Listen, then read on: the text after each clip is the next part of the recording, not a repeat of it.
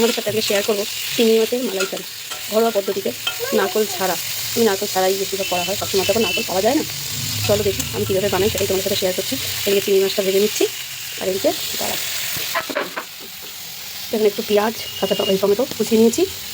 আর তার মশলাটা করছি এখানে একটু মশলা করে নিয়েছি, হচ্ছে পেঁয়াজ, শুকনো লঙ্কা, আদা, রসুন, গোটা জিরে মিক্সিতে করে নিয়েছি। আর এখানে এই দুধ নিয়ে নিয়েছি, এই দুধ দিয়ে করবো। এটা আমুল দুধ চেয়েছিলাম, কিন্তু আমুল দুধ ছিল না দোকানে, তার কারণে আমুল দিয়ে নিয়ে এসেছি। ঠিক আছে, এই যে মেয়ের হবে, মেয়ের জন্য আলাদা লঙ্কা ছাড়া মশলা। দাঁড়াও, আওয়াজ করেন। এই যে এখানে ফোড়নে দিয়ে দিচ্ছি একটু গোটা গরম মশলা, তেজপাতা আর একটু গোটা জিরে। এই পাপড়ি কুচানো পেঁয়াজটা চিংড়ি মাছটা ভেজে তুলে নিয়েছি।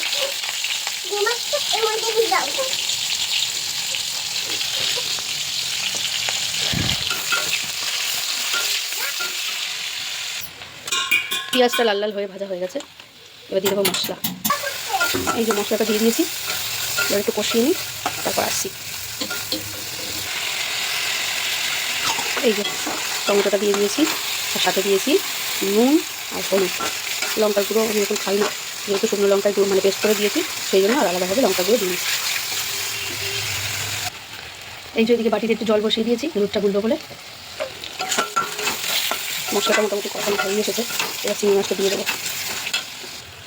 এই যে মাছটা দিয়ে দিয়েছি, মাছটা দিয়ে একটু কষাই, তারপরে জলটা দেবো, মানে দুধটা দেবো। এই যে গরম জল হয়ে গেছে, এবার দুধটা গুলে নেবো। এই যে দুধটা গুলে নিয়েছি, দুধটা দিয়ে দেবো। আগে একটু জল দেবো, তারপর দুধটা দেবো। এই যে জল দিয়ে দিয়েছি, একটু জলটা ফুটুক, তারপরে দুধটা দেবো। কারণ দুধের পরিমাণটা তো অল্প, ওইটুকুতে হবে না, একটু ফুটে মোটামুটি হয়ে যাক, তারপর দুধটা দেবো। এবার দুধটা দেবো, এটুকু থাক, মেয়ের জন্য বানাবো, মেয়েটা মায়ের খাবার দেবো। কি কারা কারা এইভাবে বাড়িতে বানাও চিংড়ি মাছের মালাইকারি, প্লিজ কমেন্ট করে জানাবে আমাকে। এর মধ্যে লাস্ট দেওয়া বাকি হচ্ছে ঘি আর গরম মশলা। ঘিটা যদিও আমার কাছে নেই, শুধু গরম মশলা দেবো, আর একটু ফুটবে, ফুটে ঝোলটা একটু মরবে, তারপর নামাবো।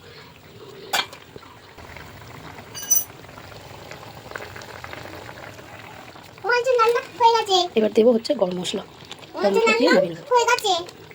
এটা মাংস, আবার আবার গ্যাসের পাইপটা ধরে ছেড়ে দাও।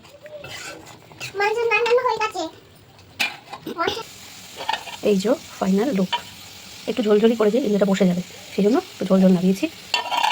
আচ্ছা, দেখছো কেমন থিকনেস আছে, এটা বসে যাবে, বসে অনেকটা কমে যায়, সেই জন্য একটু ঝোলঝোল করা। ঠিক আছে, চলো আজকের মতো এই পর্যন্ত। ভিডিওটা কেমন লাগলো অবশ্যই কমেন্ট করে জানিও, ভালো লাগলে একটা লাইক কমেন্ট শেয়ার করে দিও। টাটা।